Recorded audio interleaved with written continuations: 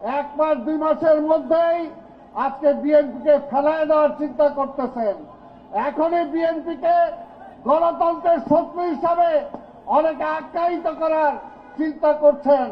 তাই বলবো, ধৈর্য ধরেন, ধৈর্য ধরেন। আমরা ইতিহাসের সাক্ষী। এই দেশের জন্য হাতে অস্ত্র নিয়ে যুদ্ধ করেছি, এই গণতন্ত্রের জন্য। এখনো কিন্তু সেই গণতন্ত্র প্রতিষ্ঠা পায় নাই।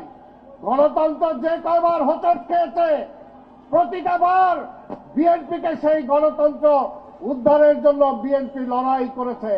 কাজে বিএনপি গণতন্ত্রের জন্য লড়াই করে, মানুষের জন্য লড়াই করে, নিজের জন্য লড়াই করে না।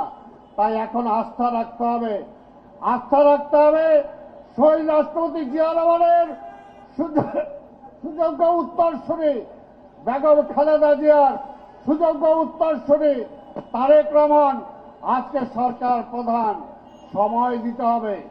1 দিনে 2 দিনে 1 মাসে 1 বছর 2 বছরেই গণতন্ত্রকে আপনার পকেটে আইনা দেওয়া যাবে না, আপনাকে ধরিয়ে দেওয়া যাবে না।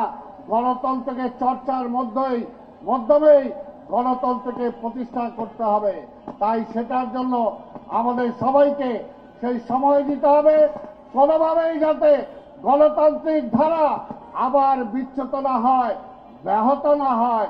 যারা গরম গরম কথা বলছেন, আমরাও এক সময় গরম গরম কথা বলেছি। আমাদের চেয়ে গরম কেউ কথা বলতে পারে নাই। আপনারা খালি হাতে গরম কথা বলেছেন, আমরা অস্ত্র হাতে নিয়ে গরম কথা বলেছি। কাজে গরম কথার মধ্য দিয়েই সবকিছু সমাধান হয় না। আপনাদেরকে গণতন্ত্রকে প্রাতিষ্ঠানিক রূপ দিতে হলে গণতান্ত্রিক পথে হাঁটতে হবে, এবং সেটার জন্য আজকে সুযোগ্য নেতা তারেক রহমানকে আজকে সহযোগিতা করতে হবে। সরকারকে সহযোগিতা করেন, দেখেন সরকার কি করে। আজকে তারেক রহমানের উপরে জনগণ আস্থা রেখে তাকে সরকারে পাঠিয়েছেন। সরকারটা পরিচালনা করতে দেন না, দেখেন কি করে। জুলাইকে কোথায় নিয়ে যায় সরকার দেখেন। আপনারা এইখানে মনুমেন্টের কথা বলেছেন, আমি আপনাদের কাছে বলতে চাই, আমাদের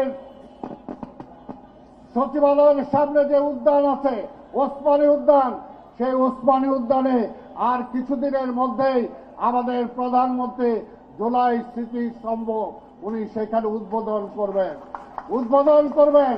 কাজে সেখানে জুলাই যুদ্ধে যারা শহীদ হয়েছেন সবার নাম সেখানে খচিত থাকবে। এটাই হলো তারেক রহমান। আজকে এখানে আপনারা বলেছেন আপনারা এখানে একটা স্মৃতিস্তম্ভ করতে চান। আমিও বলবো, আজকে সভাপতি সহ এই আন্দোলনে এখানে এই মঞ্চে যারা দায়িত্বে আছেন তাদেরকে বলবো, আপনারা আসেন, রাকিবের সাথে আলোচনা করেন, নবীউল্লাহ নবীর সাথে আলোচনা করে আমার কাছে আসেন। আমি আজকে ঘোষণা দিয়ে গেলাম, সিটি কর্পোরেশনের পক্ষ থেকে এইখানেও আমরা স্তম্ভ করে দেব ইনশাআল্লাহ। কাজেই বিএনপি কখনো পিছে হাঁটে নাই। বিএনপি আন্দোলনের মধ্য দিয়ে জন্ম হয়েছে, গণতন্ত্রকে রক্ষা করার জন্যই বিএনপির পয়দা হয়েছে। আপনারা যারা আজকে এসেছেন একটু ধৈর্য ধরেন। আপনাদের অনেকের ভুলের কারণেই আজকে 2 বছর আমরা নষ্ট করে ফেলেছি। আগামীতে যাতে আর একটা দিনও নষ্ট না হয় সেদিকে খেয়াল করেন। বাংলাদেশ অর্থনীতি আজকে শেষ।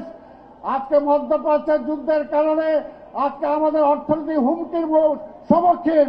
তারপরেও সাহসী একজন নাবিক হিসাবে তারেক রহমান কখনো কিন্তু হতাশা প্রকাশ করেন নাই। তিনি সাহসের সাথে আজকে বাংলাদেশের অর্থনীতিকে রিবিল্ড করার চেষ্টা করছেন। সাধারণ মানুষের দ্বারগোড়ায় আজকে তিনি সাহায্যের হাত নিয়ে পৌঁছেছেন। কাজে তারেক রহমানকে সাহায্য করেন, সহযোগিতা করেন।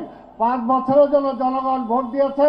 দেখেন 5 বছর তারেক রহমান যদি কিছু না করতে পারে আবার জনগণই তাকে পাল্টে দেবে। কাজে বারবার খালি হুমকি দেন কেন যে 2 মাসে পাল্টায় দিবেন, 6 মাসে পাল্টায় দিবেন? বিএনপিকে ভাইসা আসছে নাকি? বিএনপি ভাইসা আসে নাই। ধমক দিয়েন না।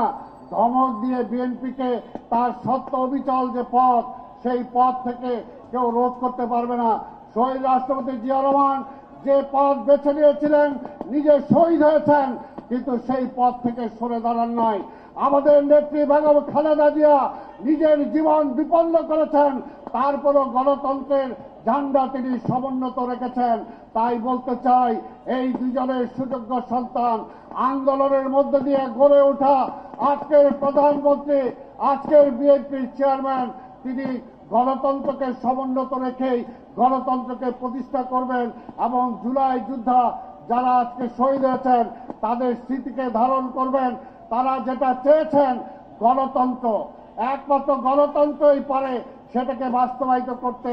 তাই আসুন গণতন্ত্রকে আমরা প্রতিষ্ঠানে রূপ দেওয়ার জন্য ঐক্যবদ্ধভাবে, বিচ্ছিন্ন না হয়ে ঐক্যবদ্ধভাবে আমরা লড়াই চালিয়ে যাই আধিপত্যবাদী শক্তির বিরুদ্ধে। আমাদের এই আন্দোলনে যাতে কখনো বিভক্তি না আসে, যদি বিভক্তি আসে তাহলে আধিপত্যবাদী শক্তিশালী লাভবান হবে। সেই লাভবান নিশ্চয়ই আমরা চাই না। যদি না চান তাহলে তারেক রহমানের হাতকে শক্তিশালী করেন। তারেক রহমান ইনশাল্লাহ এই দেশে গণতন্ত্র প্রাতিষ্ঠানিক রূপ দেবে। আগামী দিনে প্রতিটি আন্দোলন, প্রতিটি সংগ্রাম এবং জনগণের ন্যায্য অধিকারে বিএনপি সবসময় ছিল, সবসময় থাকবে। এই আশা পোষণ করে আপনাদের ধন্যবাদ জানিয়ে আমি আমার বক্তব্য শেষ করছি। খোদা হাফেজ। বাংলাদেশ জিন্দাবাদ।